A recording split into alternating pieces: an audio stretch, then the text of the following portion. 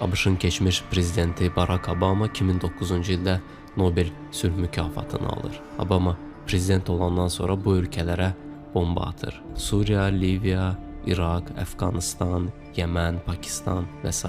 Dinamiti yaradan qardaşların təsis etdiyi dünyanın sülh mükafatını dünyaya tonlarla güllə satan ölkədə dünyanı ən çox bombalayan adamlardan birinə verilir.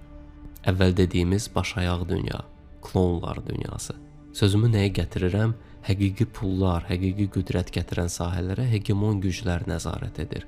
Eksklüziv bir klubdur. Sıradan insanların əli çatan iş deyil. Yaxşı, bəs bu top 5-likdə sizcə birinci yerdə nədir? Bilik, informasiya, başqa sözlə desək həqiqət, yəni reallıq, real mənzərə.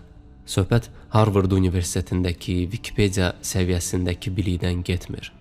Burada söhbət böyük dövlətlərin, transmilli güclərin, kəşfiyyat orqanlarının toplamağa çalışdığı və milyardlarla dollara satılan məlumatdan gedir. Məntiqlə düşünün, əgər ən çox gəlir və qüdrət gətirən 5 sahədən 4-ü sıradan adamlara tam qapalıdırsa, ən dəyərli informasiya universitetlərdə keçilir, yataqxanada sosiska qaynadan tələbələrə həqiqət verilir?